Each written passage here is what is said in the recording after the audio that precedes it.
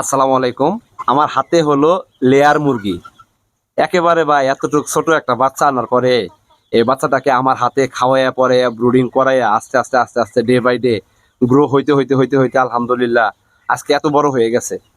এই যে ভালোবাসা, ভালো লাগা, এই যে মনে করেন মায়া মোহাব্বত, এই যে একটা ফিলিংস, এইটা নিজে হাতে গড়াকৃত একটা বাচ্চা থেকে এ পর্যন্ত নিয়ে আসা একটা মুরগি, এটা যদি আল্লাহ তাআলা না চাইতো আমি তাজরুলের পক্ষে কখনোই সম্ভব হইতো না। হ্যাঁ, তোমরা যারা বেকার বসে রয়েছো না, তোমরা যারা ভিডিওটা দেখতেছো, তোমাকেই বলতেছি, তুমি তো অলস, এখনো কোনো কিছু শুরুই করো নাই। শুরু করে দাও, এখনই করে দাও।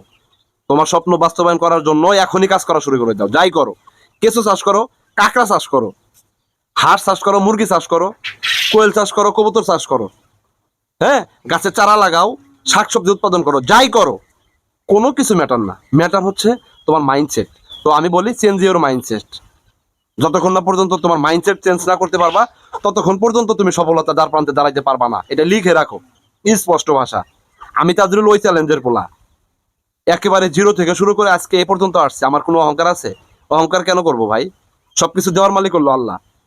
তুমি আমি প্রচেষ্টা করব না, তুমি আমি তকবির করব না, আল্লাহ তাআলা অটোমেটিক্যালি আসমান থেকে ঢেলে দিবে তোমার ঘরে। তুমি বেকার ভাবে লাইভ লিড করতেছো, বাবা মার আন্ডারে খাইতেছো, আবার বলতেছো স্বপ্ন আমি ঠিকই একদিন পূরণ করব। স্বপ্ন এত সহজ জিনিস না ভাই। ঘুমে দেখা স্বপ্ন কখনোই স্বপ্ন বাস্তবায়ন হতে পারে না। ওই স্বপ্নকে বাস্তবায়ন করতে গেলে আমার মতো মাঠে নামতে হবে। এই কথাগুলো যখন বলি না, শরীরে লোম দাঁড়িয়ে যায়, চোখে ব্লাড আইসা যায়। কেন জানো? আমি একদম নিম্ন মধ্যবিত্ত ফ্যামিলির একটা ছেলে। এই আজকের কথা বলতেছি, আজকে একটা মুরগি তোমাদেরকে দেখাইতেছি। আজকে একটা মুরগি তোমাদেরকে দেখাইতেছি, অথচ এই মুরগির খাবার সংগ্রহ করতে কি পরিমাণ ঘাম ধরানো লাগতেছে, কতটুকু প্রেইন, কতটুকু ব্যথা আমার মাথার ভিতরে চলতেছে, তোমরা জানো? এটা জানো না। হাসি মাখা মুখের কথা বললে অনেকের কাছে ভালো লাগে না। এত সুন্দর একটা ডিসপ্লে তৈরি করতে আমি তাজরুলের একদিনও হয় নাই ভাই। আমি কোটিপতি ছেলের ঘরের মানে কোটিপতি বাবার ছেলে না। আমি এখনো প্রতিদিন কামলা দেই। লজ্জা আছে? কোনো লজ্জা নাই। লেখাপড়া কেন করছি জানো? এই প্রাণীগুলাকে নিয়ে রিসার্চ করতেছি, এতে মেয়েদের খাটাইতে পারতেছি, একটা পড়ালেখা লিখতে পারতেছি, পড়তে পারতেছি, বুঝতে পারতেছি কোন ধরনের সমস্যার কারণে কোন গ্রুপের মেডিসিন গুলা যায় সেটা ফাইন্ড আউট করতে পারতেছি। এজন্যই আমি লেখাপড়া করছি। ফাইনাল কথা এটা। তুমি হাইলি গ্রাজুয়েট কমপ্লিট করার পরে 28 বছর 30 বছর বয়স হবো, তখন একটা কিছু করবা, না পারবা ব্যবসা করতে সাহস পাইতে, না পারবা ভালো একটা জব পাইতে, কি করবা তখন? নিজের পায়ে নিজে কুড়াল মারতেছো না? দরকারই নাই, দরকারই নাই। লেখাপড়া যাতে নষ্ট না হয় সেই দিক বিবেচনা রেখে তুমি এখন থেকে কিছু করো। ক্লাসে 8-এ পড়তেছো, শুরু করে দাও। কথাগুলো কি মাইন্ডে লাগতেছে? লাগুক, কিচ্ছু করার নাই, আমি সত্য কথা বলবোই। 8-এ পড়তেছো, শুরু করে যাও, এখনই শুরু করে যাও। তোমার ফাইন্যান্স ক্যাপাসিটি তোমাকে বিল্ড আপ করতেই হবে। তোমার পার্সোনাল লাইফে তোমাকে স্কিল ডেভেলপ করতেই হবে। যতক্ষণ না পর্যন্ত তুমি একটা লিডারশিপ তৈরি করতে চাইবা, যতক্ষণ না পর্যন্ত এই প্রাণীকুলের প্রতি তুমি নিজেকে ধাবিত না করবা, ততক্ষণ পর্যন্ত তুমি লিডার পার্সন হতে পারবা না। আম চ্যালেঞ্জ, চ্যালেঞ্জ, ওপেন প্ল্যাটফর্মে ওপেন চ্যালেঞ্জ। তোমাকে কেন্দ্র করে কথাগুলো বলতেছি। আমি চেষ্টা করি, আমি যে কাজগুলো করি এই কাজগুলোর প্রতিছবি তোমাদেরকে দেখানোর জন্য।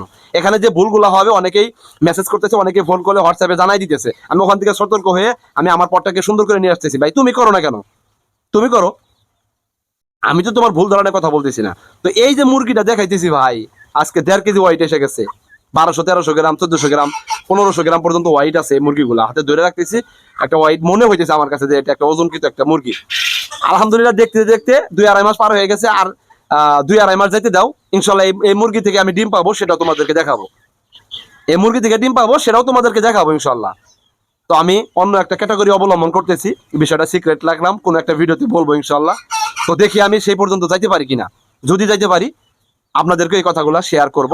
তো আমার বলা কথায় কেউ যদি মনে কষ্ট পায় থাকেন, ভাই আল্লাহর হস্তে মাপ চাই, আমাকে ক্ষমা করবেন।